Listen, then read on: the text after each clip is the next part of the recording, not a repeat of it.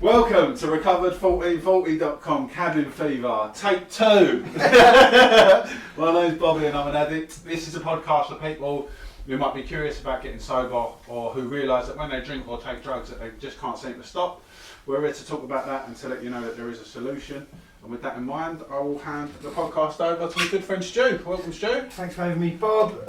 My name's Stuart and I'm an alcoholic and I'm also an addict. No way. Yeah. I like how we introduce ourselves as I'm an addict, Yeah. right? Because in the past, people at work or in general have come up and gone, hello, my name's Peter, and I automatically go, my name's Stuart, I'm an addict. out of habit, you know, sometimes that can get me in trouble. But yeah, I like to introduce myself as an addict because I am. Yeah. You know what I mean? I started, where do you want me to start? At the beginning? Yes, what it was like, what you've done, and Where where I got started, well, like my illness, where it started for me, really, like you know anyway, is like underneath the kitchen sink. Yeah. As a youngster, like 8 or 9 years old, helping my mum clean the floor with this pine wash stuff, which used to smell really nice.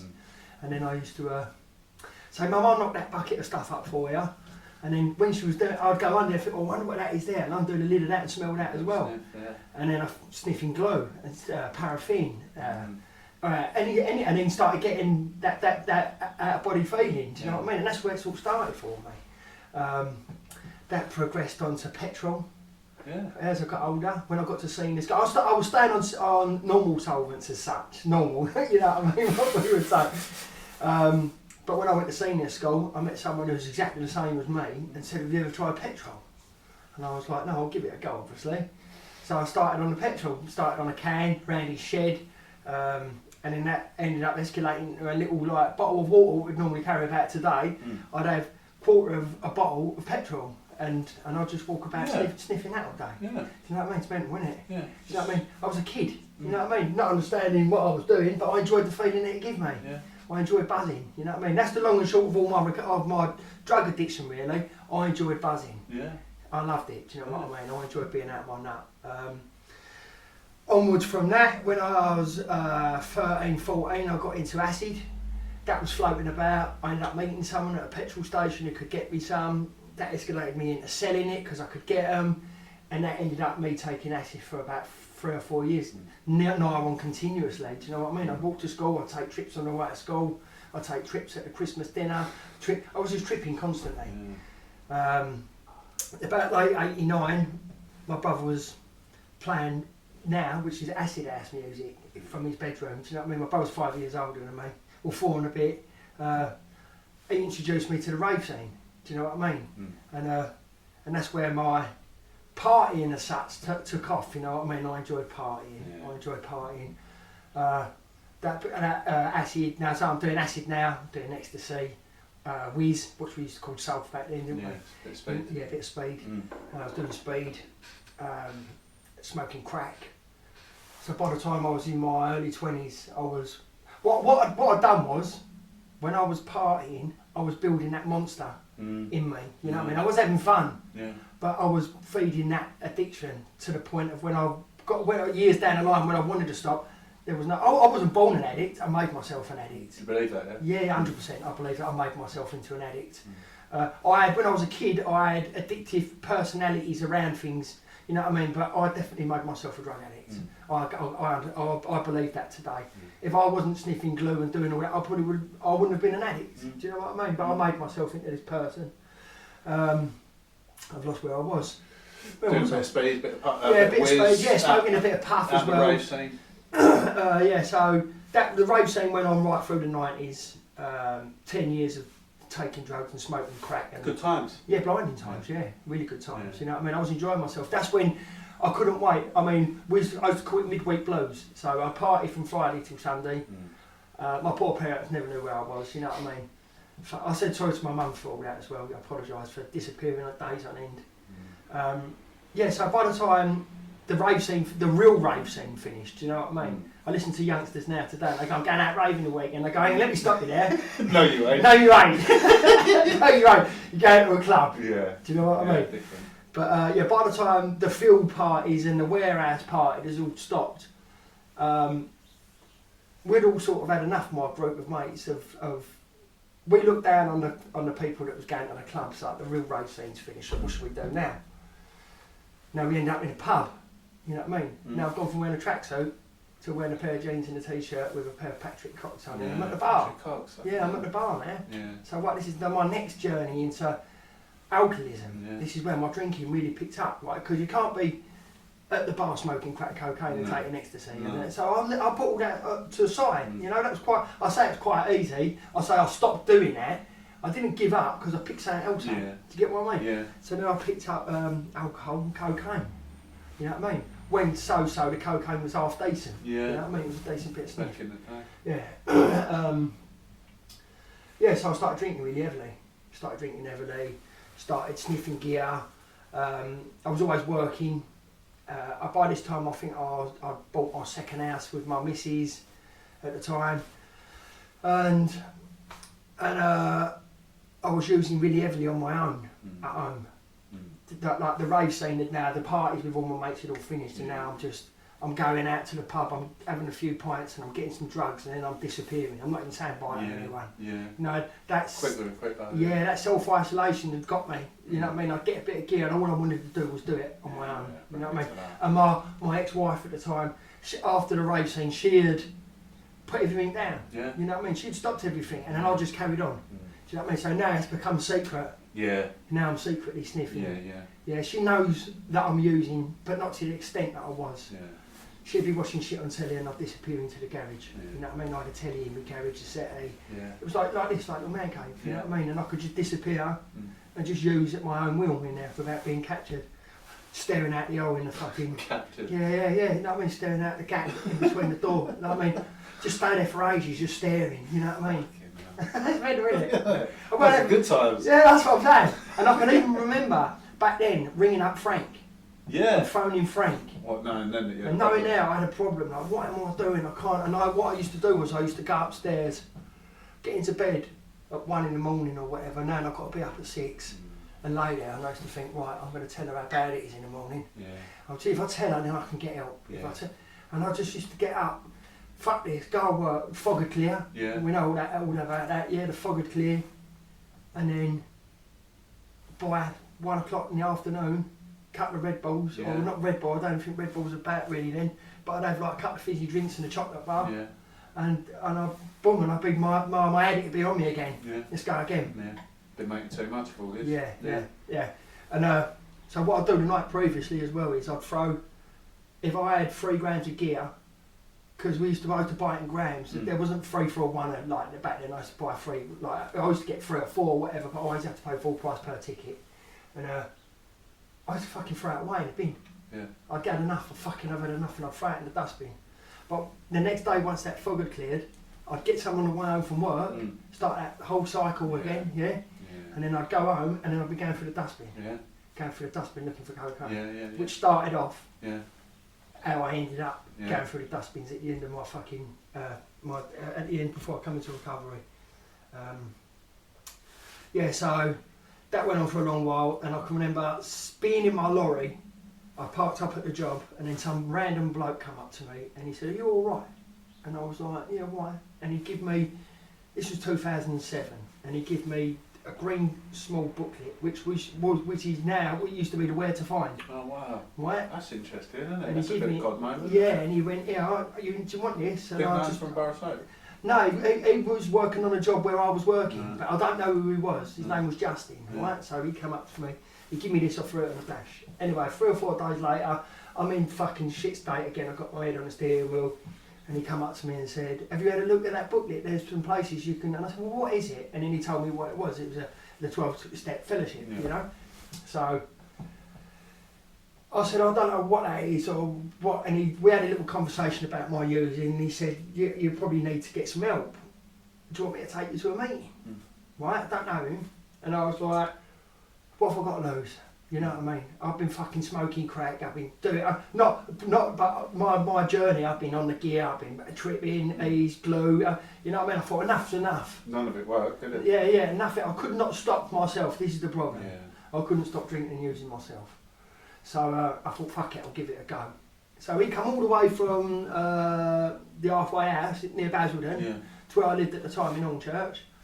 Come pick me up. He took me to Billericay. He took me to a meeting at Billericay. I went and sat in there. He said, just sit there. Just got to introduce yourself as an addict.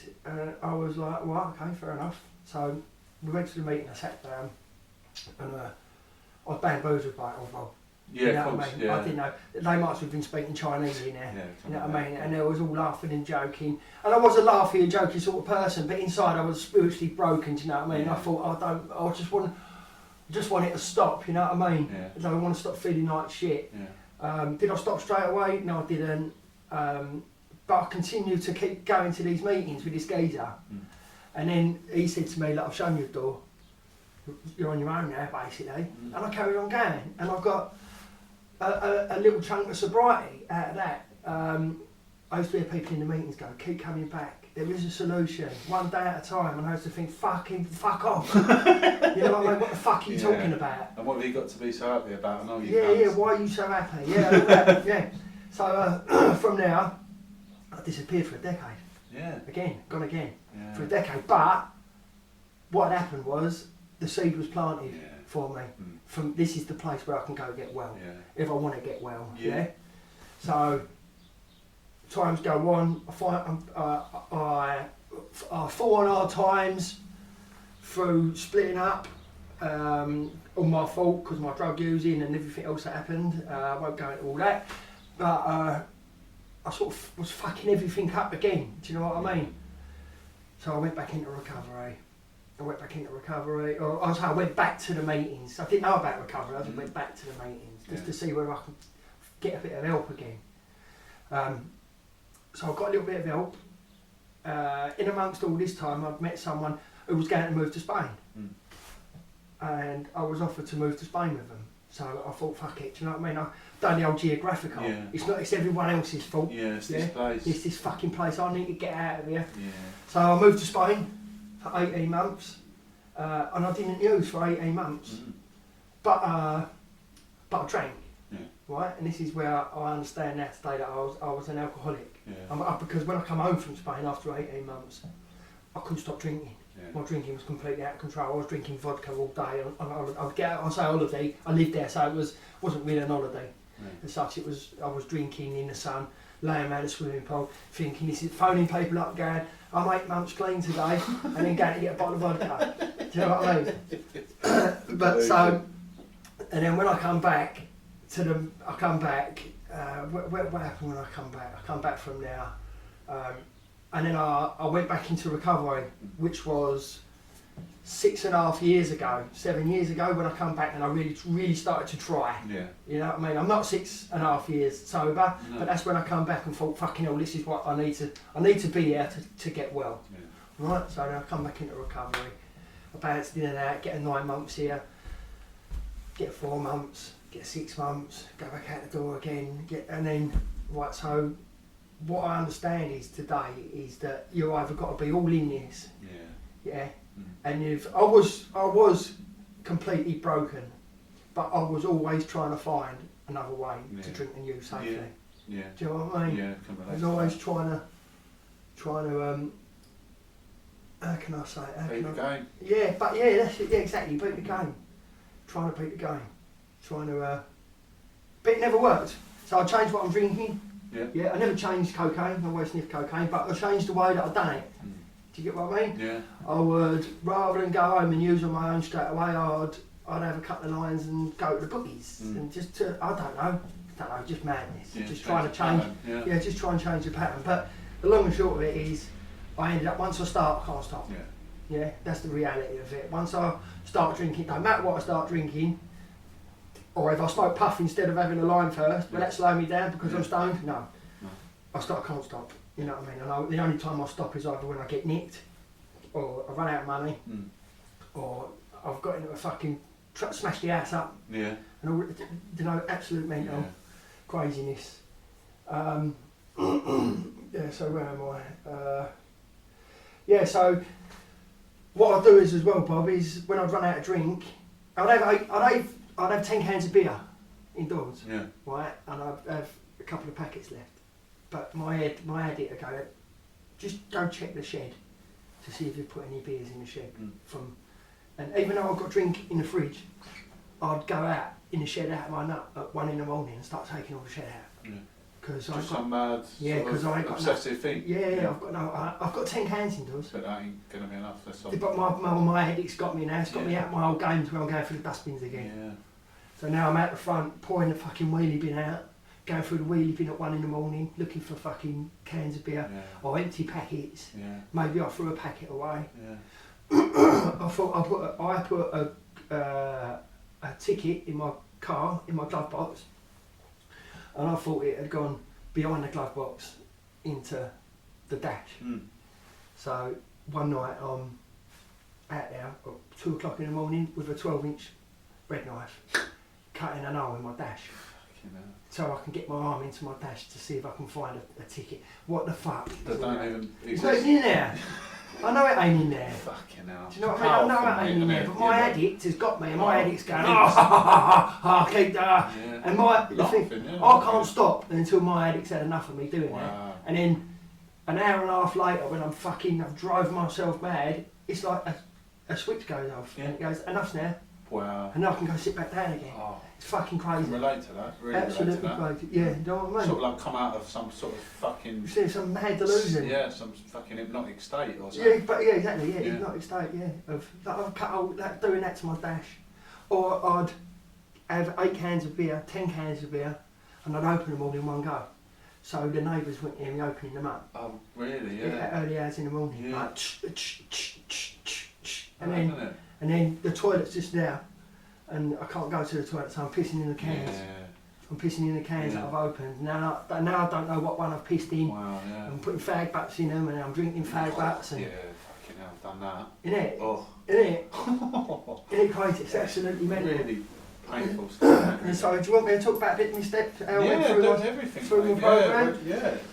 So anyway, so... Things you've learned, things that I've learned. So my coming into recovery this time round, I'm 8 months and 16 days sober today.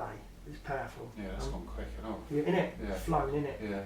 So my next chip to pick up will be 9 months, Good one. which I'm really looking forward to. I've been clean and sober longer than this before in the past, in my other bouts of sobriety, but I am fully aware of what I suffer with today, and the times before I was hanging on for dear life. Yeah. Do you know what I mean? Because I always had that in my head, go on, one more go. Yeah. That one more go's gone now. I understand what I suffer with today, which was a blessing from yourself, you know what I mean, taking me through this book. Took each other through, really. Yeah, but I mean, you taking your time. I mean, we knew each other from recovery from the years back. Yeah, we did. Yeah, and then when I asked you to take me through the book and you agreed, I was like, thank God. Yeah. You know what I mean? Because you understand about the disease of addiction and you understand that book. Yeah. And we went through that doctor's opinion and the step before the step, you know what I mean? Yeah. And you explained to me what I suffer with. And it was like light bulb went off in my head. Do you know what I mean? All them years I've been battling against the disease of addiction and that terror that we suffered with. So then we went for my step 1, admitting I was powerless and I was unmanageable. Now for me, that's an acceptance step. Yeah. Massive acceptance step 1, and it's the cornerstone of the foundation of my recovery today. Yeah, amen. Yeah, I know people go, I live in 10, 11, 12. I hear that a lot in recovery, but I'll start off my day with 1. Nice. I work all my steps 1 to 12 every day. You know? Okay. But my first, so I understand, I accept that I can't drink and use safely. Yeah. And I accept that I'm unmanageable around drink and drugs when I use them. Yeah. Am I unmanageable when I'm not on drugs? Maybe sometimes, but not as bad as I am when I'm on drugs. And am I powerless when I'm not on drugs? No, I'm not. I'm powerful. You know what I mean? I find myself doing things that I never used to be able to do. Now I'm sober. Yeah. Do you know what I mean? But for me, step 1 was just they do say if you've got a solid step 1, there's a good chance you won't relapse. Yeah. And I believe that because obviously all them times that I didn't have, I could never remember how bad it was before. Yeah. and sourdough.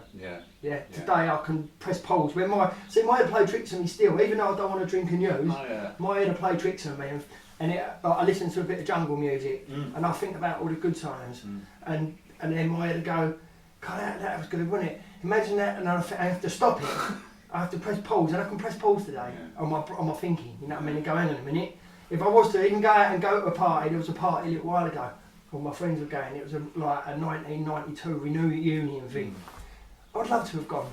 You know what I mean? I'd love to have gone, but I won't put myself in that danger. No. You know what I mean? Because a bit of loud music and excitement. You know, excitement can be dangerous, can't it? Yeah. So no, fuck that. You know what I mean? I don't know my partying. You know what I mean? But yeah, so step one, that was an important step for me. Step two, come to believe that the power greater myself can restore me to sanity. Well, I was already insane. Yeah. I was already insane. So what did I do? What did I do for? So my last relapse before I come in was 18 months.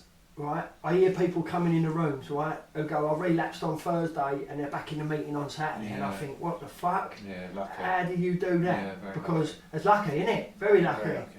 Are they the real addict? Yeah. Yeah, because I know full well if I pick up a drink today, I'm going missing for fucking months. Yeah. Months and months. There is no stopping me. No stopping me. So my last relapse, 18 months, I'm crawling around in my front room and there's a Bible on the side. And I pick it up and it said, seek me with all your... seek me and you will find me when you seek me with all your heart. Yeah? And I got my hands and knees and I said, please help me. I will give you all my heart and I'll seek you with all my heart. Please. And I haven't drunk the news since that day. That's amazing. That's powerful, mate. Give me goose pimples. That's powerful business, man. That's God. That's God, right? Yeah. So my step two, come to fucking damn right I come to believe. The day that I picked that book up, I came to believe that it is a power greater than myself because I couldn't stop drinking and using. No. And the day that I got on my knees and I begged, sincerely begged, all them times before when I was doing lip sync, lip service, If you get me out of this. All that bollocks, you know what I mean? But I sincerely got on my hands and knees and said, please God, help me. And I haven't drank the news 18 months. I mean, 8 months and 6 days. 8 months, 6 days. That's mental, isn't it? Powerful, mate. There's something in it, isn't there? Of course there is, 100%. 100% there is. So then, step three, came to believe that a power greater than myself. No, not step. What's the step three? Out my life, my will, the care of God. No problem. No problem whatsoever. I've just experienced that in my step two, or finding that in. And what I did do, but I'm sort of bouncing about a bit. That's all right. What I did do was, I've started to pick the Bible up, and I'm starting to read a little bit of the Bible, and I'm starting to find out more, because I didn't realise, right, that Noah's Ark was completely different to Moses, and Moses was completely different to the design. I thought that was just all one big crowd hung about here. Right. Yeah. So me getting on my knees and going, God, Lord, God, this, God. So I thought I'm going to learn a little bit about Jesus and God. So I'll just try and get a little bit more understanding what I'm praying to. Yeah, you know what I mean? Yeah. So that's what I'm doing as well. Sorry, I'm just bouncing about there, but so I'm quite happy to have my care and my life over to God every day. Yeah. As soon as I open my eyes, Bob. Yeah, same. As soon as I open my eyes, or I would slip out of bed and get on my knees, or I just wake up and I just quietly say, can I have a bit of peace and guidance today? And if anyone needs any help, put them in my path. Yeah. Don't let it all be about me. Yeah. You know what I mean? Because it ain't all about me. It's about helping others. That's what I understand today. And then step four. So step four, like, I hear people going, I don't want to do step four. I don't want to do it. You know, I wanted to do it. Yeah. I was fucking willing to do it. Yeah. Willing to put all that shit, fucking throw it behind me and move forward. That's it. Get rid. Yeah, get rid of it. And it was freeing. Like it says, clear the wreckage of our path. Yeah. So I cleared the wreckage of my path, and I shared it with you. Yeah, step 5, shared it with you, God. It says in another human being. So when we done that step 5, I enjoyed that, and then you, between us, we worked out what my character defects were. Step 6, it worked out I asked God to remove all my character defects, and then 7. Step 7, and then we've done our step 7. I put my step 7 prayer in. I changed it up a little bit. I changed my prayers up a little bit, but my 3 and 7 prayer, quite important in my daily routine. Yeah, so then step 8, another good step. Of going back, so my step 8, I kept my paperwork that we'd done for step 4. When I went through it, and then I come round and you said, where is it? I said, I burnt it already. Can you remember? Yeah. So I thought, fuck it, I burnt it. But I could remember the people on my step 4 that I'd upset or they had upset me, and they was going to be on my amends list. So I done my amends list, and then I went about doing my apologies. There wasn't really a lot. Family, my mum and dad, definitely my mum and dad. My children, I apologised to my children. And what I had to do to my kids on my amends with my children was say to them, this is the last time I'm saying sorry. Wow. Yeah, because I was forever going, I'm sorry for that, I'm sorry that I've done this, I'm sorry I behaved this way. And I could never free myself, because every time I feel guilty, I feel the urge to phone them up and say sorry. Yeah? So, what I done when I done my amends to both my children, I mean, they're not children, they're adults, you know what I mean? They're 22 and nearly 20, you know what I mean? I sat them down and I said, look, my behaviour with my drinking and using when you was growing up, and I just said, this is the last time I'm going to say sorry, because if I have to keep saying sorry, I can't move on. And they went, that's fine, Dad. And they said, stop saying fucking sorry. Do you know what I mean? Because they know I'm sorry, but I can't, the guilt in me, I can't get rid of that guilt until I've done that step 9, you know what I mean? And I've done that amends thoroughly, and then drew a line under it all, put it in the bin, fucking move forward. Love that. Just kept moving forward. And then step 10, another great step for me. The infantry. Yeah, nightly infantry. Now infantry stock check, innit? That's what it means. You do your stock check like the people do in the shop. I do that daily on my stock and myself, like what I've been doing. I write it down of an evenings. Some evenings I do skip it, like, you know. I do, Sometimes I'm really like thorough with it, and then other times I can just sort of drift away from it. But I know it's there if I need it. I know it's there if I need it, and I really do need to keep on top of it daily, really, because if I don't keep, because things at the minute are really good, Bob. Things are really good at the minute, but so I haven't really got a lot to write home about it. You know what I mean? Because I know it says if you've been dishonest, selfish.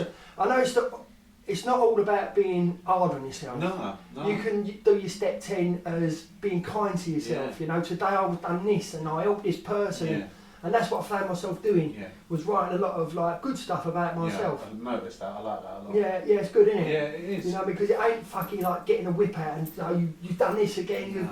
So I just, but then, so if I stop writing the good things about myself, right? This is what I've been thinking. I need to stay current with it. When something bad turns up, I won't do it. You know what I mean? I think because I've stopped doing my good stuff, I think, oh fuck, I won't bother doing that. That's interesting. You know what I mean? So I must jump back on. I mean, I do it. I don't know, a couple of times a week. I was doing it 6-7 days a week, and I've sort of drifted away from that. So it's a bit of an eye-opener talking about it. I should, and it's a growing step. Of course. It is a growing beautiful. step. You know what I mean? I don't think you should come into recovery and just stay like I'm sober now. You know what I mean? It's because if you come in to recovery and you don't do step 10, you won't change. That's fucking true. You'll come into recovery and you'll be a dry drunk. I'll still be that arsehole, but I'm sober. I'm sober, but I'm not looking at how I'm acting. You know what I mean? You think it's alright because I am sober, so what's everyone else fucking moaning about? Exactly. So I do try to look at myself, even if I don't write it down. I do try and look at myself, my behaviour. You know what I mean? Because my behaviour is completely different today from how it used to be. I can pause today when agitated. My first form of defence is attack, or should I say was. You know what I mean? I can relate to that. Yeah, someone says something, I just want to start straight away, like, what the fuck are you talking about? Where today I can just go on, what you got to say? And I can react in the conversation. Never could believe that I could do it. Do you know what I mean? Because I'd start on the geezer in the sweet shop. I'd start on the geezer at the train station. I used to just start on people for no reason. Because I didn't like how they was behaving or that was like, how can I put it? Now if there's a problem, the geezer won't take my £5 note in the sweet shop because he's torn. Or so I go, no worries mate, and an old lady. Where Yeah. before I, I'd smash your shop up. Do you get Yeah, what of I'm course, saying? yeah, that entitlement and all of that. I'm And just fucking completely off key. I was Yeah. absolutely mental. Do you know what I mean? Yeah, step 11, prayer and meditation. Real big thing for me. My prayer is tipped up in the morning, every morning without fail. yeah, love that. Without fail. Mm. I'll get on my knees, like I said before. I either slide out of bed onto my knees, or when I'm brushing my teeth, I look at myself in the mirror and I say my prayers to myself. Love that. Yeah. Yeah. Like I've heard, like my other half's in recovery, as you know, Mm. and we've had a mad journey over the last 7 years together in recovery. Yeah. But she's always said to me, although God's all around us, Mm. sometimes you need to hear your prayers as well. Wow. So Love when that. so like it's all good and well praying to the big man, Mm. but sometimes I need to tell myself them prayers. Do you know what I mean? Mate. So when I brush my teeth, I look at myself and I say my prayers to myself. Yeah. So Bit of you know what I mean? affirmation. yeah, exactly. Yeah, Reinforcement. like am I going to behave today? So it's good having her with me sometimes. She can point me in the right next direction sometimes. No, she's a good girl, man. She She's is, solid. I know you love her. Yeah, and step 12, helping others. Yeah. That's what it's all about. Yeah.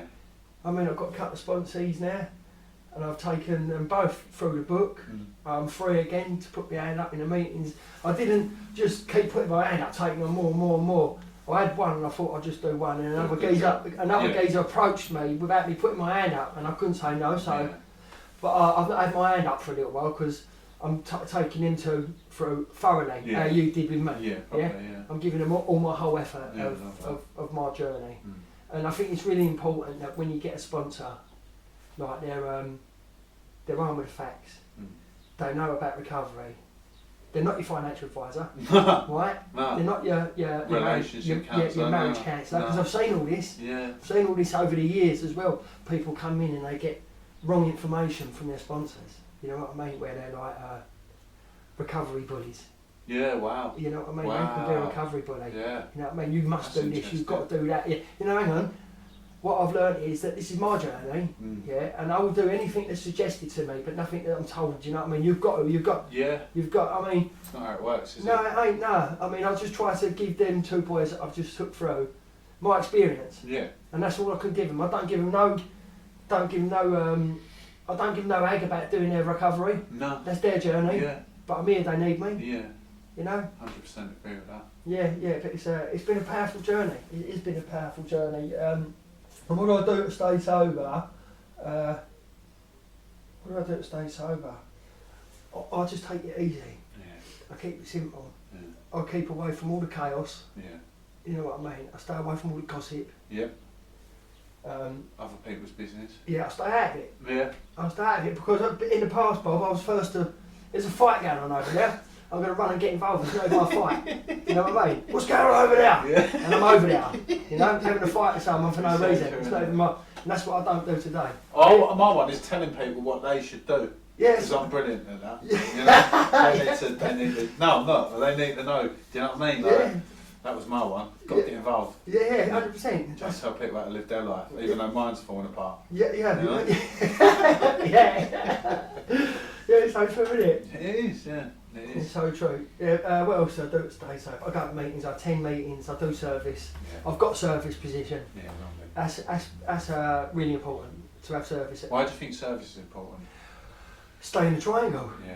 Stay in the triangle. Service, unity and recovery. Yeah. That's it. That is it. That is what keeps you sober. Yeah. Keeps you going to meetings. Of course it does, yeah. Yeah, it's really important that you attend meetings. Mm. I mean, 7 meetings a week, fucking maybe 2 a day, no, like, not for me. No. For some people maybe. Maybe. But what I've learned and what it says, this is a bridge to normal living. No, man. Yeah? Yeah. A bridge to normal living. And I get that. Balance. I get that balance. Yeah. And I can start to enjoy the things that I missed out on. Wow. Yeah? So I haven't got to go do 7 meetings a week. No. I can start enjoying going out with my kids, going out with my woman, rather than being indoors isolating, using. Yeah. I can go to the cinema, I can, all the things that I never used to do, Yeah. because I was out of my nut, I can now do. But, I still do my meetings, but I don't smash the fuck out of my No. meetings. No. Yeah, I've got a happy medium, Love as that. such. Yeah. Do you know what I mean? But it is a bridge to normal living. Yeah. I get up today, I don't think about drinking and using. No. I understand what would happen if I put a drink in me today. I had a mate, right, who was 4.5 years sober, only a few months ago, and he phoned me up and he'd relapsed after 4.5, about 4.5, not, did I say months? No, years. Years, yeah, 4.5 years sober. And he phoned me up and he said, I relapsed over the weekend. And he said, everything that I built up in that 4.5 years, he said, I smashed down in about an hour and a half. Yeah, on the phone, in blackout, thank you for that. Abusing all the fucking family. Screaming and shouting at everyone, wrecked, he smashed his car up, and I just thought, oh my God. But that's the reality though. That's the reality of it. But I said, well, you've been doing any meetings or anything? No, he said, stop doing meetings ages ago. Yeah. You've got to just let, like, I've heard people say 1 a week makes you weak and all that, but I mean, I've got service at a meeting. I probably do a couple of meetings a week, to be truthful. Yeah, I do 2 or 3. Yeah, and if people say to me, Stu, can you do a chair? I go, yeah, of course I can. I don't go, I just go, yeah, of course. That's it. I come and do what's suggested. Don't really know what else to say, but I'm just... What's your life like today? What's my life like today? It's pucker. It's pucker. Yeah, love it that. It is pucker. I've got a lovely house.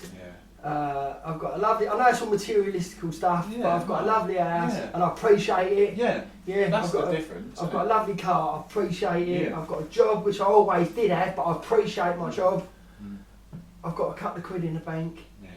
I'm free, Bob. I'm free to go where I want today. Without that power over me going, where we're going to have a drink. I couldn't go anywhere. No. Right, so when I come into recovery, someone said to me, you ain't going to be out drinking news ever again, right? And I was like, oh my God, how am I going to do that? How am I going to do that? Right, and my journey today is one day at a time, like we all know. So that's massively important in my day-to-day how I stay sober. Yeah, same for me. Because my head says to me, when we go out to Spain again, how am I not going to be... My favourite thing is to walk around the swimming pool and have a sweep up with all the leaves, Sweep round, have a little clean up around the swimming pool, and then go sit. But I do all that with a bottle of beer, and that's I used to enjoy doing that, going around having a little tidy up, sort things out. And I used to think, I ain't going back to Spain for 6 months, 7 months, but how am I going to go out here and have a drink, do that? And now it's just like, why would my brain even think that? Because I can go out there today and do that and just be normal. You know what I mean? Trying to trip you up. That's when I first come in, and now I realise, like, life's nice today. Life's kind. I'm kind to myself. Wow. I'm kind to myself, innit? You know what I mean? I've got good friends. I've got like yourself. I've got a close handful of friends in recovery that I keep close to me. And I've got a load, and I watch the chaos around it, and I stay out of it. Because like you said, Bob, I'm quick to go fucking jump into other people's mess. I don't today. I'm really proud of who I am today as well. Good. So you should be. I'm proud of who I am. So you should. And I can see my kids see that their dad's changed. You know what I mean? And my parents. Oh, mate. My parents. I used to go missing. I said to my mum the other day, I used to go missing for days. Don't there, mate. It made me emotional there, don't they? Days and days I'd go away. And I'd phone you up. I couldn't get hold of my Tommy, right? My Tommy's out in his car. And I couldn't get hold of him. I spoke to him on a Friday, now on a Sunday I haven't spoke to him. And I was going to call the police, right? And then I thought about it, and I thought, my poor mum. My poor mum. So I phoned my mum up, right? And I used to go over and get fags from France, right? Back in the 90s.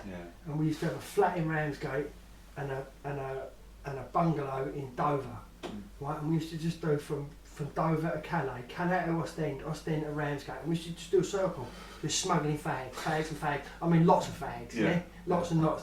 And but I used to disappear for weeks and weeks, and that was the time before mobile phones. And I never ever thought once to ring my mum up. I go, Mum, I'm all right. Selfish, isn't it? But I miss my Tommy. My Tommy's been missing for 12 hours. I'm not going to call the old bill. Fucking nuts. Recovery's got a way of teaching you. So I phoned his sister and said, have you seen Tom? And she went, yeah, he's in his bedroom. I went, go get him for me. I said, Tom was back, call the police, mate. I said, because he went, I'd had a go at him the other day because he didn't turn up for work. So he blocked me. Right? Because he knew I was going to have a go at him. So he blocked me. And that's why I couldn't get over him. Because his phone kept on going to answer phone. And even though, sorry Dad, I won't block you. I was like, I'm going to call the old Bill. How the tables have turned, eh? Yeah. So yeah, I was terrible. I was a terrible person.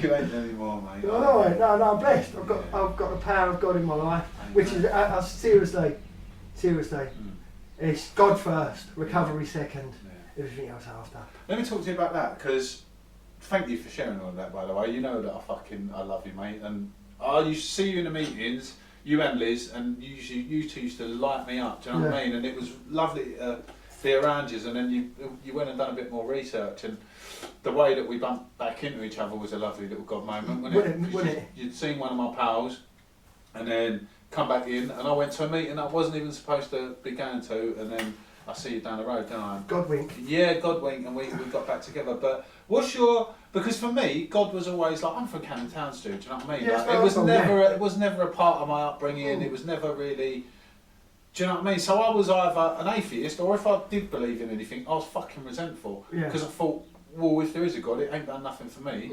But so I can understand people's prejudice when you talk about God, and they must think, oh, fuck off with that. But it ain't religious, is it? We need to stress that. Yeah, of course. But what was your journey like? Like, did you believe as a kid and then you come into faith, or? Did I believe that as a kid? I had some sort.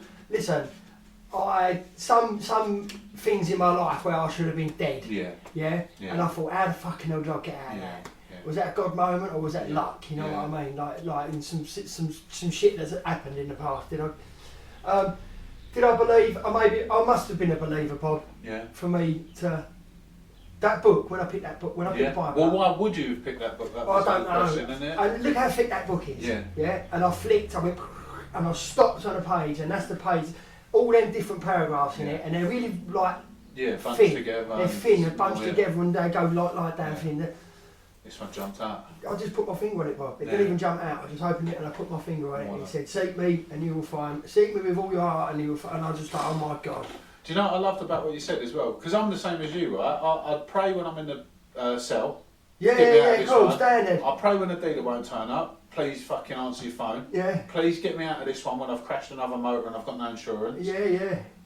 But pray when I've come home after an heavy night at a crack den. Yeah. But ask me to get on my knees on a daily basis when things are going well, and God's down the road, do you know what I mean? I don't care about that. Until that moment, like you said, when I fell on my knees and I begged sincerely for help, because I couldn't do it anymore. I couldn't do it anymore. And at that moment, a bit of grace came in.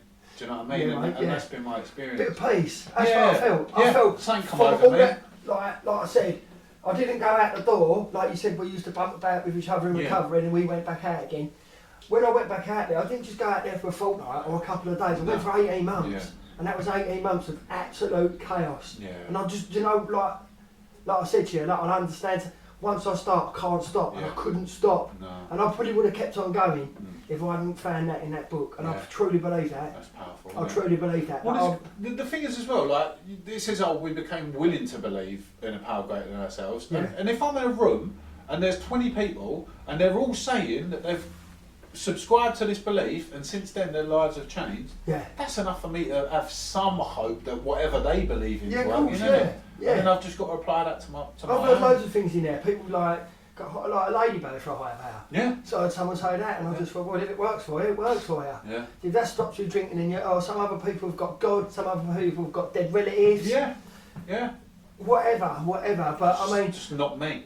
I found mine to believe that I picked up the Bible and it was God. So now I've started to do a bit more research into God, and that's it, to see what I'm praying to. And it changes as well, doesn't it? I had at first it was the boy that we lost, and then it was the universe I had, and then I was into a bit of Hinduism, and now like you, I'm looking into Jesus and stuff like that, because I just feel like it's always going to change, and it ain't. The message is all the same, isn't it? Be kind. Be loving, don't be a cunt, and try and help people. It ain't hard, is it? It's pretty simple stuff. And apologise when you're in the wrong. Which I used to find really hard. I did. I started on the fellow at the train station 6 months ago. I was only a couple of months sober. I was a couple of months sober, and I didn't like how the geezer was behaving and talking to me, so I started on him. Right, and he worked at the train station, and I abused him. And I walked off, and I knew it was wrong, and it played on my mind all weekend, right? And then on the Monday, I went back down, and as I walked down the stairs, I could see him, And I made a beeline towards him, and the geezer half shit himself. I bet he tells himself, so he's like, fucking here we go. He thought, oh, what's this geezer want? And I went over and I said, look mate, I'm really sorry how I behaved the other day, and I just want to shake your hand and say sorry. Wow. And he shook my hand, he went, that's fine mate, thanks for apologising. And I thought, fucking hell, thank God for that. Because just that little couple of months in recovery had give me an understanding that I need to go say sorry. Yeah, that's that consciousness, isn't it? That but before I where think, fuck off, do you know what I mean? I don't care. And justify it and not even fucking give it a second just doing his job. Yeah. He was literally just doing his job. All I wanted to do was get out of the barrier, go into the sweet shop, get a vape and come back through. Yeah. And he wouldn't let me. I went, how much is that going to charge? Is it going to charge me? He went, yeah, of course it is. Yeah. Right, well, and then now, right, if I'm on my way home and I want to go get a vape at that sweet shop, cost me £1.30 or something to tap my car. Do you know what I do? Yeah. I don't even know, I'll just tap my car and go at it, and I'll tap and come back in. Isn't that beautiful to realise, like, I'm not always right, Stu? I'm always wrong. Well, pretty much.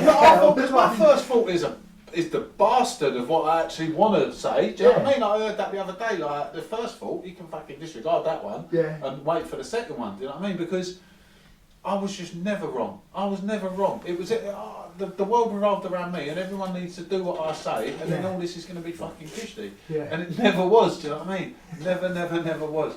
I love what you said about one day at a time as well, because I'd do that. My head would go, how the fuck am I going to meet my father-in-law on my wedding night, and I'm going to have a bit of thing, and I won't be able to. But we ain't even in a relationship. Do you know what I mean? I'm getting married, and my head tries to take me there to convince me you'll never be able to do this. The reality is, one day at a time. Christmases, funerals, birthdays, New Year's. I've had 5 of them. Do you know what I mean? It ain't a problem. But also, not just with the drinking and using, but financial stuff. Relationships, all of that gear, keep it in today. Is today alright? Have I got enough to get me through today? Tomorrow we can do the same thing again. Do you know what I mean? But how beautiful to not have to have all the answers, not have to fucking have all the solutions. And he says that in one of our readings, the next 24 hours. It's not even 24 hours. Just consider it was only, By the time you get up and go back to sleep, you've only done about 12 hours. So all I've got to do is behave for 12 hours. I know. Right? It can't be that hard. Just fucking behave for 12 hours. Right? And then go sleep. Yeah. You know what Start I mean? trouble. Yeah, sleep for 12 hours, then it goes to 24 hours. But 12 hours of it, just fucking behave. Yeah. Innit? I love what you said as well about like that inventory and reviewing our behaviour, because it is a growth step. We won't. Until, I had this little, I was really lucky, I got away with not doing inventory for a long time. And then it had come to, I'll be feeling a certain way about something, so I write it down and I send it to my sponsor, and I've misbehaved, right? And then the next day, I send it again, and I've misbehaved again, the same thing. Third day, you're thinking, fucking hell, Bob, this is me. Do you know what I mean? I'm doing this, I need to change this. This is embarrassing. What I'm saying, this is why it's an acceptance step. Not acceptance, this is the growing step. Yeah, but how powerful to see that it's me, number one, and be able to change it. Yeah. Do you know what I mean? Because I wouldn't, left to my own devices, my head will just justify everything, and I'm alright, and they're all cunts. Do you know what I struggle with as well, with step 10? It's we do our step 10s together, So then I take my sponsees in through the work, and I say, you've got to do your step 10, make sure you do it. And then they send it to me and I think, oh, for fuck's sake, I've got to do step 10 now. Because I'm talking the talk, you know what I mean? Am I walking the walk, you know what I mean? That's a bit of sponsoring though, isn't it? Yeah, that's why it kicks me up the arse, Bob. This programme is perfect, isn't it? The way that it works, there's just no flaws in it. To take someone else through the work and to see them come alive is something powerful. But then you're held accountable by them. Yeah, of course. Do you know what I mean? And it is like. And sometimes they ask me, and I don't know the answer. So hang on a minute, let me ask someone who knows. Yeah. Because if I don't know, I ain't gonna lie. No. I just go, hang on a sec, I don't know that question. I don't know the answer to it. But what beautiful realisation again. Yeah, because I'm telling my opinion. This is what you should do. No, I don't know. I don't know. That's right. Yeah. You know. That's why I think it's important when you get a sponsor. Do your own work. Yeah. Do your own work. I mean, I didn't have to do my own work with you because I knew you, and I knew what you had, and I knew that's what I wanted. I wanted that peace and that serenity that you got. Yeah. And I thought, well, I know Bob's flying in his recovery. You know what I mean? I've known you from the past. Can you help me, please? Yeah. And I didn't even have to fight. I didn't even get can you, and you went, yeah, no worries. Straight away, didn't I? I went Bob, and you went, yeah, no worries. You knew what was coming next. Yeah, because it was beautiful. I always hoped that we'd have a journey together as well. You know, I used to see you, and I used to really admire what you was doing and what all the things you had to say and that. And that's the difference today, Stu, though, isn't it? Like when we do this stuff, we're like, good, productive members of society, aren't we? Like, that can actually be reliable, disciplined, accountable. Yeah. Fucking like grown-ups. Yeah, Imagine. coach, yeah. It's funny because I said to Liz, I said, I wonder if Bobby's free to take me through the book, and she was like, well, ask him when he's seeing. And then when I see ya, do you know, like when your mum used to badger you to do things? Yeah. Ask him. I said, fuck, wait a minute, I'll ask him. Do you know what I mean? Let Give me a minute. give me a minute, like. And then when I come back, what did he say? I said, I didn't even have to finish the fucking question. He said, yes. That's You know, beautiful. It's been powerful. so nice to get to know you as well. And you've helped me out so much, Stu. You really have, mate. Like, And I think that's what we all do, Bob, don't we? Yeah. Stick with the winners. Yeah, powerful. Together, I've got a fucking like a nice network of people that I can trust and rely on. You know, like I had friends in the past, but no one that I would ever say I could rely on. And that's probably my fault because I was probably using them people for what I could get out of it, or like a transactional relationship where I'll do that for you, but you know I owe me something. And it ain't like that in recovery, is it? It's just people that do things out of the goodness of their own heart. Yeah, isn't it? of course, yeah. What's it been like seeing your sponsees getting well? Is this your first experience of taking someone through the book? Yeah, it is, yeah, brilliant. Did you have any fears that they might not get it or it might not work or any of that stuff? What I done was I took on board what you said, right, before I told you that someone had asked me to sponsor them, and what I done was I just asked for a week's worth of gratitude first. Bit of discipline. Basically. Willingness. Show me a bit of willingness, I know that I was desperate to get started, I think everybody who asks for help is desperate to get started, right? And I think just by saying, can you give me 7 days worth of gratitude in the morning, right? Because, how's that going to change things, people? Yeah, it does, because this is a start. This is a start of change. You just tell me what you're grateful for in the morning, send it to me, and then, like what you said, if they don't get back to you, then they're not winning. No. And then both of them straight away, bang, every day concurrent with it. Here's my and then we went through the book, and it's brilliant. I watch them grow. Yeah, beautiful. Brilliant. I watch them grow, and they still do their. I think one of them's 4 months, and the other one's 3 months. And I they keep asked seeing me. one of them in a meeting. He's flying, mate. Absolutely flying. They asked me very early on in their recovery to help them. Yeah, beautiful. And I said yeah, and they're flying. Yeah. They're flying. And it makes me smile is that when they say about sponsorship, can anyone, and they put their hands up. Yeah. And I'm like, boss, get in there. Sponsors. Yeah, get in there. You know what I mean? But that's the beauty of it. Like, I look around and there's people that I've helped who are helping other people now, and that comes from my sponsor that helped me, who come from someone else that helped him. Well, this is it, The ripple of this network of people that just grow through, like 4 or 5 people might come out of you. 4 or 5 people might come out of me. Then people go and help 2 people each. This number grows. That's and why grows I and like grows. that book. A widening circle. When it says, when that book was written, there was about 100 people. At the end of it, there was about 100 people. Yeah.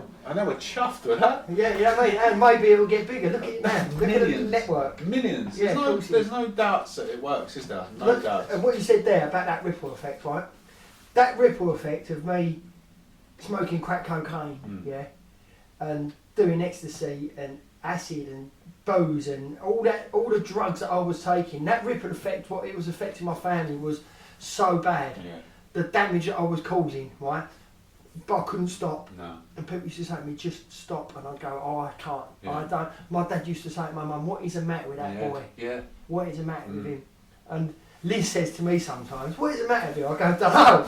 I still don't know. Do you know what I mean? Just on certain things. Yeah. But not even around drinking drugs. But what I'm getting at is, that ripple effect, which damaged everybody, it comes back, that ripple. Yeah. When you get clean and sober and you start helping others and your family see you doing well, all that trust that you smashed all comes back. That's beautiful. And I love that. I love seeing that ripple effect around.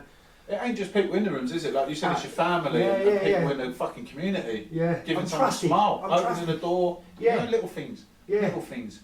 Talk to me about gratitude and how important that is for you in the morning. Massively important. It's massively important to get up. Sometimes I'll get up and think, oh, what am I going to write today? Because it's too early. Have I got any gratitude? Yeah, but I've got gratitude straight away. Yeah. And most so I done one the other day and I sent it to you, and it was a different. I try and change it. You changed it. I was going to say you I changed it up, all didn't the you? time. To keep it So fresh as well, sometimes different formats and that. Yeah, sometimes I can. I'll just write 10 I cans. Yeah. Or I can go to work today. Because I used to think, oh fuck it, I've got to go to work. No, I don't, I can. Yeah. I choose to go to work today and I enjoy it, you know what I mean? Yeah. I can help Liz, do this today. Yeah. I can, you know what I mean? So I do different ones, but yeah, what does gratitude mean to me? Do you change your mindset for the yeah, day of course ahead? it does, yeah. It gets me on that level where I can leave the house in a good mood. Yeah, it's so important for me, honestly. And it don't take long, Bob, does it? No, but my head, before I even wake up, my head is running thoughts negative. Oh, yeah. Like, I'll get what you 5 got to worry minutes. about, what you got, like, all this, that, and the other, and I have to sit down and spend a bit of time actually cultivating the reasons to be appreciative of my life. And once I've done that, I'm in such a better place. Yeah, me too. Without that, I dread to think where my head would go, left unchecked. Like, I've done gratitude every day for a while. Yeah, without that, I'd hate to think where my head would take me. Yeah. You know? Yeah, because I tell you what I've managed to, what gratitude's give me as well is, I was growing up, I was so money motivated. So if I had X amount, I'd want more. Yeah. Yeah, I'd want more. And if I didn't have enough, I'd be worried about it being spent. And if I had too much, I'd be worrying about losing it. Yeah. And it was just so what I've got today around my recovery and my gratitude is I'm grateful for what I've got. Yeah. And that is it. You know, I ain't worrying about fucking hell, what am I going to do with this, and that's going to run out, and this is going to, do you know what I mean? Yeah. I can manage my own thoughts around my money today as well. That's really important to me. Yeah. Because that fucking used to eat me. That did. We were never satisfied, were we? Never satisfied. Do you know, I remember one time, it was a bright summer's day, I just picked up a couple of tickets, I'm back in the car, I had a can of fucking beer there, a nice cold one, I had everything I could want, money in my pocket, you know, and I never felt so empty that day. Yeah. Like, I think Rolling Stones come on the radio, I can't get no satisfaction. Yeah. And I thought, fucking damn right, you know, there was just an emptiness Self-consumed, inside of me, just empty. You know, the drugs had stopped working, and I was in a do you know what? I pickle. can't really remember when they stopped working, Bob. From the fun to the necessity. Yeah, I need it. It's a necessity now. Yeah. Yeah. I was thinking that the other day. It's I interesting. can't remember. I really can't remember. No. Like I was saying earlier on when we were talking. Cross the line. Midweek blues. You know what I mean? The midweek blues become a normal everyday blues. Yeah. You know what I mean? Yeah. Because I used to rave Friday to Sunday. Yeah. Monday felt like shit. Tuesday felt like shit. Wednesday wanted to kill myself. Yeah. Thursday clouds clearing. Friday I'm back at it again. Yeah. And that was a vicious circle. Oh wow. Right? Yeah. Until When you look at it like that, there's no respite in that week, is there? No. But then I'm saying. But then the excitement creeps again on the Friday. Yeah. And then I'm off again. Yeah. And then I've got that. And you think it's good. But it was only midweek blues. Yeah. Yeah. And then it become Monday midweek Yeah. blues, Tuesday midweek Yeah. blues, Wednesday, Horrible. and it was the blues all the time. You know what I mean? Horrible, And I was just using it against my own will. Yeah. I'd get up and I've got a day off. Like, it's fucking hell, like today. Yeah, I know it's cold out, but it's a nice day. It's beautiful. It's fresh. Crisp and fresh. Yeah. I'm going out today for a bit of dinner with Liz. Lovely. I'd have been using there. Yeah. I don't know what the time is, but I've been using Yeah. without a doubt. I'm up. Yeah. So I'm up. I'm out of bed. Yeah. I'd go either down the offie, get some beers, or I'd go over the road. There's a boozer over the road, and I'd go in there. And I'm only going to have a couple of pints, Yeah. just to take Course, the edge off last night, so I feel like shit. Yeah. And then, I'll have a big fat joint. That'll couldn't sort think of me anything out. worse. Do you know what I That mean? shit used to fuck me up. Mate, it's psychoactive these days. So fucking But bad. there's none of the, like, this ain't a brag or anything, but back in the day the drugs were good. Yeah. Like what you're sniffing now ain't cocaine, it's Course it ain't. synthetic opioids, it's nitazine and all Well, that look, I was doing it shit. in towards as well. I forgot to put that in there as well. Was my opioid abuse, Yeah. my tablets that I was on. Yeah. Yeah, fucking hell. I mean, I had an accident and then I was given tramadol, right? And being the addict that I am, got to take 2 every 4 hours or something like that. Well, I tried to follow the doctor's orders. Yeah. I did try until the point that I was now seeking outside tramadol. Yeah. And I managed to meet this geezer who had a chemist as such, but I could get OxyContin, That's Xanax, yeah. tramadol, diazepam, Zopiclone, Yeah. right? And Yeah. now I'm going These are- down these and are big loading up. things these Yeah, days, yeah, and aren't I'm they? loading up, including I'm Kids on these. sniffing cocaine and drinking. Yeah. But I'd get it be midday, 2 o'clock, and I think, oh, I'll have 2 Zopiclone. They're sleeping tablets, yeah. And I take 2 of them just so I could be like fucking. Are they the blue ones? Yeah, that's it, yeah. Yeah, they give me them when I got sick. Yeah, so I'd be like fucking Sitting dribbling along. mum, like, you know what I mean? Yeah. Just dribbling, and I think, oh right, now I can have a diazepam and that. And It's then at just the end mad, I'm isn't eating it? 6 or 7 tramadol in one go. Yeah. and doing a whole pack. Yeah, there's no control, is there, ever? Yeah, that's what I'm saying. Yeah, so none, this is for an accident. ever. I've had an accident and I'm getting prescribed stuff, and now I'm having to go find it off of dealers because now I've got myself addicted to pain relief. Yeah. You know what I think's fascinating as well, like, because we, like, for whatever reason, we grew up and we probably experienced trauma. And some people say, oh, like, I've never really had much trauma, but I remember, like, even seeing my friend get a slap for the first time as a kid was traumatic for me because it put me in fear and all of that. So it doesn't matter what trauma you have, but by the time we get to sort of 18, 19 or whatever, I just want to change the way I feel. Yeah. And anything I can find that's going to change the way I feel, I'll take. Yeah. And I'm dealing with all that shit, so I can't live in my own head. But when we go through this process and we clear the wreckage of our past, suddenly living inside my head ain't so painful no more. Got ya. And do you know what I mean? And now I'm not having to change the way I feel. And what I did do as well, Bob, right? I come to this 12-step fellowship, yeah, and I got sober, clean and sober. But what I did do as well was I went and got some outside help for some other issues. Yeah, that's important. Yeah. And that's really important because what I've done was I got clean and sober in here, but they couldn't deal with some of the stuff that was going on in my head. No, so none of us are qualified fucking psychologists. That's right, yeah. So I went out out and I had 10 sessions, only 10, 10 sessions with some woman, and it was freeing. Yeah. It was really freeing. So the recovery got you in a position where you could go and do that? Yeah, because I realised, I thought, was I drinking and using because of all the fucking things that I used to do and blah, blah, and what's happened, and no, I wasn't. That was just part of what I wasn't drinking. Yeah, that was just part of what happened. Part of it, part of what happened. So I just went and addressed that elsewhere. I addressed that elsewhere. Like with my ADHD, I'm riddled with ADHD. Yeah, I think a lot of us are. Yeah, riddled with it. You know what I mean? So to address my ADHD, you go see a behaviour specialist and find out why I behave like this. Yeah, because I can't get that in this fellowship, and I can't get down to the root cause of the trauma in this fellowship. Yeah. But I can, and I think it's really important that you go and do that. Yeah. If you're suffering with something apart from alcohol and drug addiction, then go address it elsewhere. Do you know what else I found powerful is what you were saying about, because if you're not an addict, you can't understand this, right? But I know from my personal experience, and I know from seeing all these people in all of these rooms, that powerlessness is real. Yeah. And I could not stop. And it's like, I heard a thing the other day and it was like, if you don't understand addiction, put your phone on the side and then try not thinking about it. Do you know what I mean? And it was such a compulsive, obsessive thought that I've just done it with TikTok. I'm a week clean with TikTok. But I could not fucking stop. And the idea that addicts are different in that I have an allergic reaction. If I eat peanuts, and I had a reaction to that, I want to eat peanuts. But if you're not an addict, it's really hard to understand, isn't it? That I couldn't stop for the love of my kids. Yeah, that's right, I couldn't stop for my mum. I couldn't stop when I ran out of money. I could not stop. And I think it's important that people understand that we are a breed apart. We are different.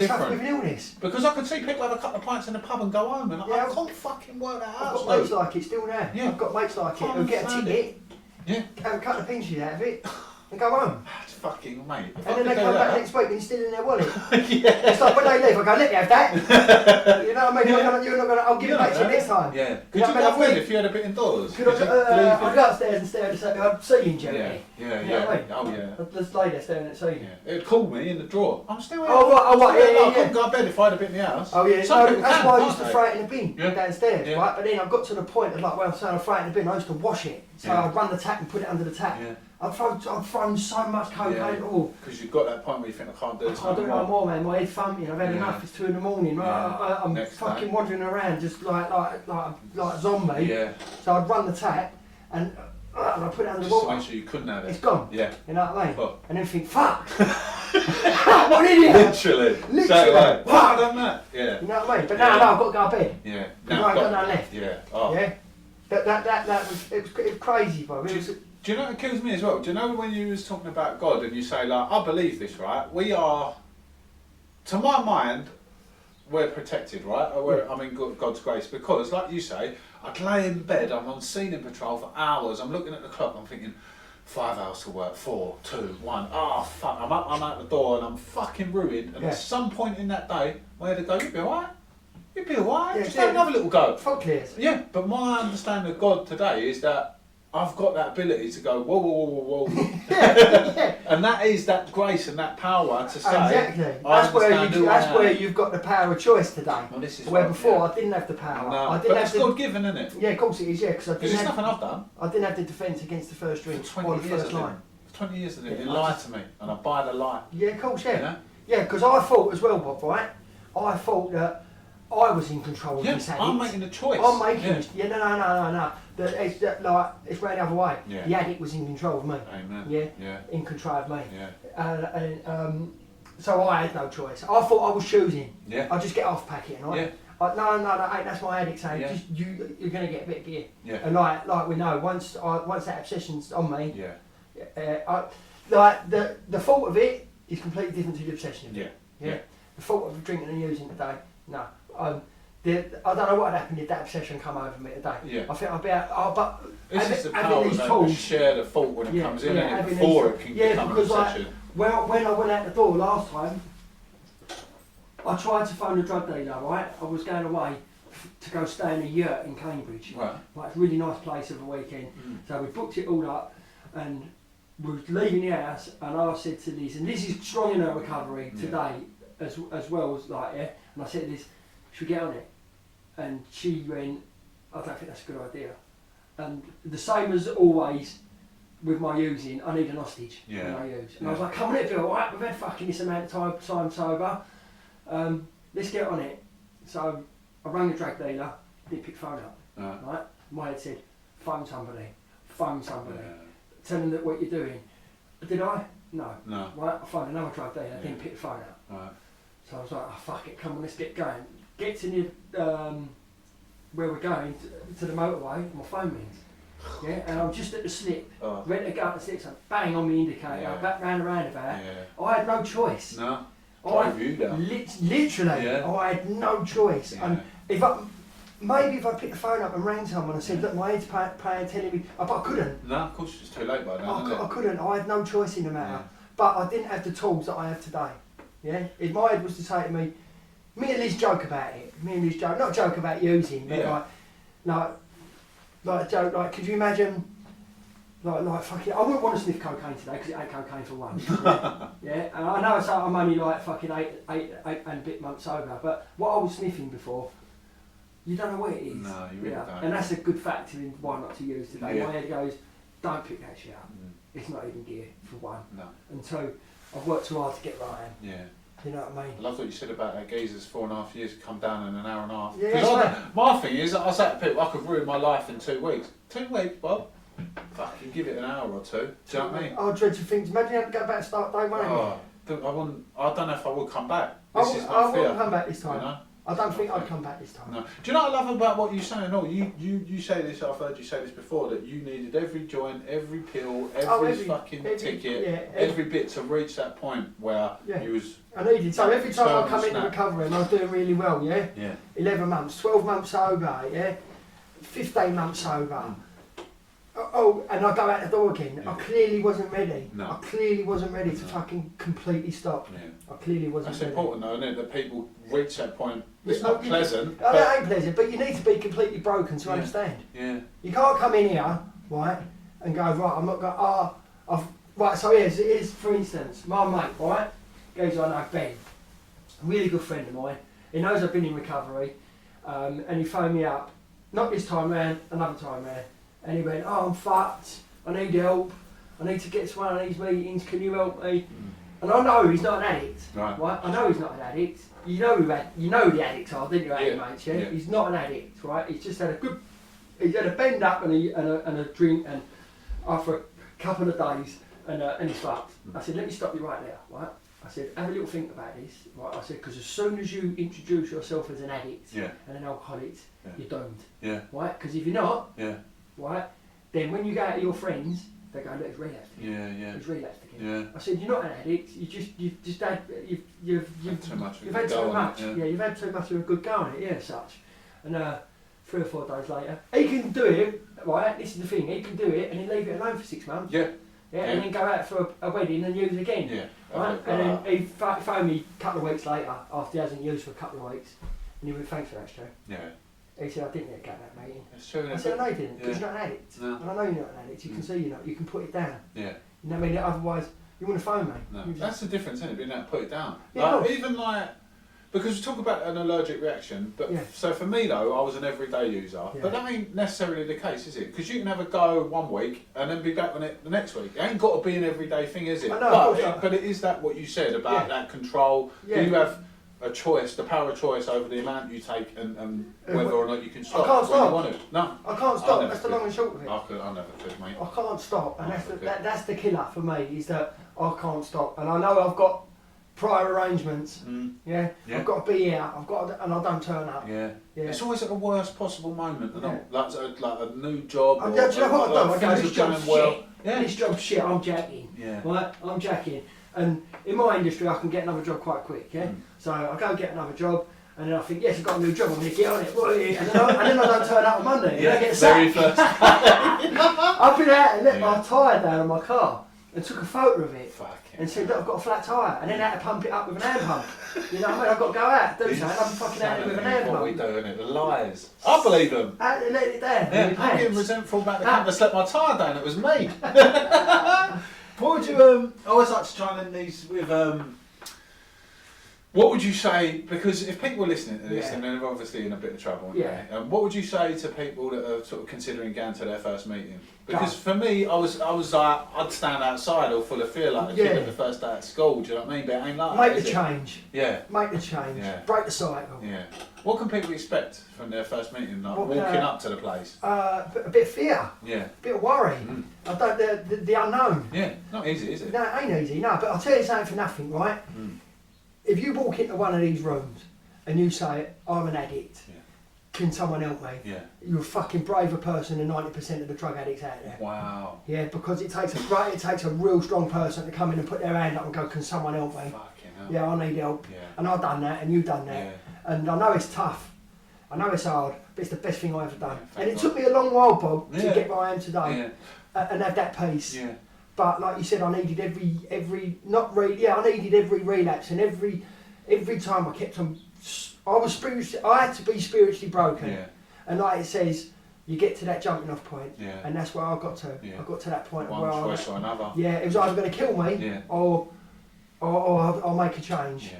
But to come into recovery, one thing I did was I give myself a break. Yeah. Yeah, I knew I like give yourself a break. Yeah, just try and do what's suggested. Yeah. And Oh, I wanted to talk about that as well, because like you were saying, like it ain't about telling people what to do either, is it? Like, No. because someone explained to me the reason why we call them suggestions is because if you suggest something to an addict, he might do it. If you tell him what to do, he'll tell you to fuck off. yeah, of course, yeah. Because we're defiant, aren't we? But Yeah.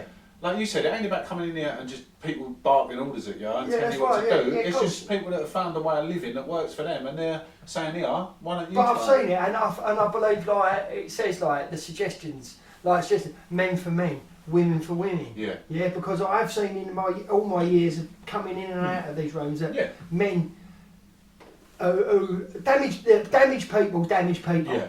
Put it that way. Yeah. Yeah. And if there's someone damaged who's so been through the steps Mm. and they're still spiritually unwell Yeah. and they're jumping on women, and they end up fucking rumping them. Yeah. And then the women go out and Yeah. and I just think it's wrong. Yeah, I see. disgusting, isn't it? I see all the wrong things happening there, but Yeah. I see all the good things happening as Yeah. well. And it's about staying away from the things that don't work, isn't it? Like Course, you yeah. said, like staying away from the gossip, staying away from 100%. other people's business and all 100%. that. Yeah. That sent me out the door. That did once. Did it? Yeah, it sent What, me out. resentful at other people? Yeah, because I'm doing everyone else's thinking. Yeah. I'm doing everybody else's thinking, Yeah. and I come out of the meeting more angry than I went in. Wow, yeah. Yeah, so now what I do today is I'll stay away from all that. Yeah. Yeah, if you wanna inject steroids, Yeah. right, and come in here and Tell me that you're clean. and tell me that you're clean, Yeah. or if you want to smoke puff Yeah. and come in stinking of puff and pick up your ear chip, Yeah. then that's down to you. Yeah. Yeah, But well, it is, before, isn't it? yeah, But it that's is. their journey. Yeah. Yeah, and that's the way I look at it. That's your journey. If you want to lie to yourself, lie to yourself. Yeah. But I stay out of that because before I went out the door on the back of that gate is doing my fucking head in. You know what I mean? Yeah. People were doing my head in. Yeah. And now, listen. Not everyone's going to make we're it, in a though, are fucking they? modern day asylum. Yeah. Ain't we? We are, pretty We're much. a modern day fucking Yeah. asylum. We're all nuts, aren't we? Yeah, We're all so mad. no one's gonna, and listen, no one's gonna behave exactly how I want them to behave. No. No. You know what I mean? So I just like, it is what it is. Yeah. And not everyone's going to get it, are they? Do you know? It's only the people that really come in here and commit to it. Like you said, half measures ain't going to do it. It ain't a hobby, is it? It's a lifestyle. Yeah, it's a lifestyle, yeah. And I need, like I say, 2 meetings a week I do. I definitely do 2. I've got service on a Monday. I make the teas, which is, I always seem to get the tea commitment, which I like. That's a nice one, though. Yeah, it is, yeah. And a couple of the boys, they come in, like, and I've already got their tea made. One likes their tea bag in it, and I know what they want, you know, and it's nice to have a laugh and joke with them, you know what I mean? Beautiful they go, stuff. can I? And I go, there it is. You know what I mean? Lovely Cheers, stuff, dude. yeah. Lovely stuff, though. A bit of unity, you know? Yeah, bit of service. I enjoy service. Service is really important for your recovery. Yeah, I think so. Really important.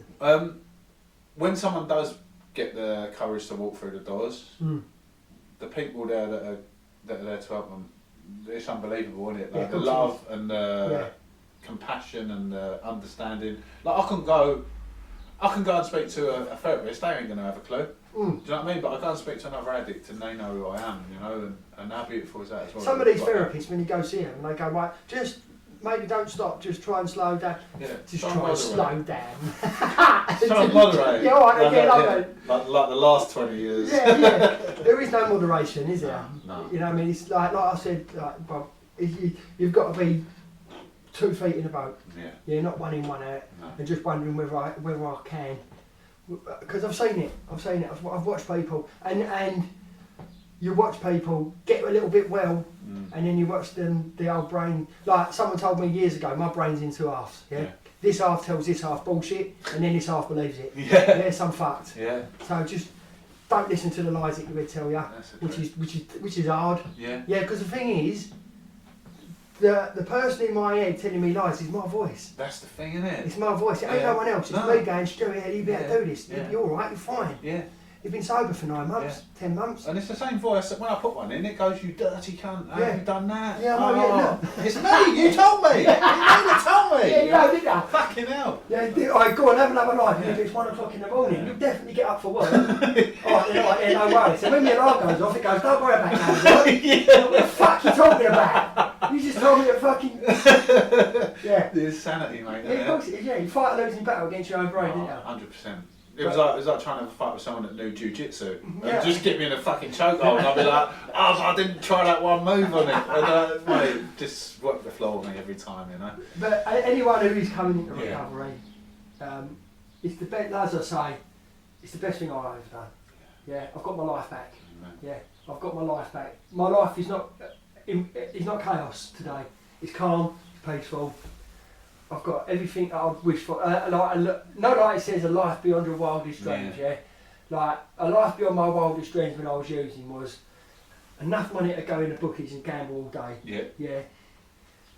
Enough money to just carry on sniffing cocaine. Yeah, and drink and just wreck things and not have no care about them. You know what I mean? And now, the life beyond my wildest dreams today, Bob, is getting up, make myself a coffee. Yeah. Take the dog out for a walk. Just the simple things in life. My poor dog, right? Oh, Dave? Yeah, Dave, right? And now he's a boxer, right? So he's nuts. Yeah, he's a big boy. Yeah, and he gets walks daily now. Yeah. You know what I mean? Where before, I wouldn't walk him. No. You know what I mean? I'd look at him and he'd be looking at me and he'd say, please take me out. You know what I mean? And I'd just let him out in the garden. Go on, you've got a garden, go out there. Yeah. You know what I mean? Now I enjoy walking him. Beautiful. I enjoy taking him out, I enjoy going out for dinner, cinema. You've got beautiful life, like camping trips and camping, just beautiful stuff, holidays, spas and I know, exactly. All the stuff that I didn't have before. Because you know what, right? I didn't have enough money to go on them things, but I had enough money to drink and use. Amen. Innit? I used to look at my trainers and think, these are fucked, but I can't afford 50 quid for a pair of trainers, and then I can't do 400 quid on a bit of gear. Fucking insanity of it, isn't it? I'm exactly the same. My feet are cold at work, because my work boots have got ripped round the fucking, round the sole of them. I go get a pair out of screw fix, 39 quid. I'll get them tomorrow. Yeah. The bullseye on the packet. Yeah.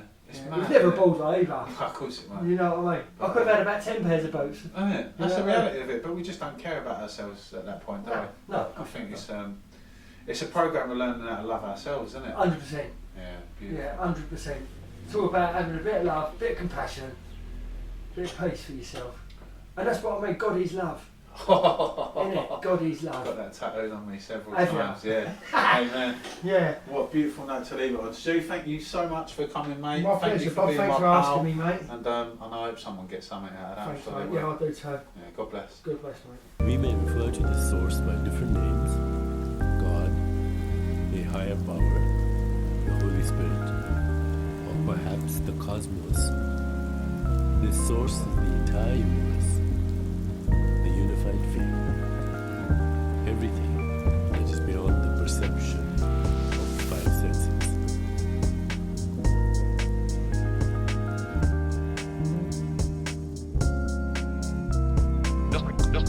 Just received in our news. And further details of this continuing story. Just received in our and further details of this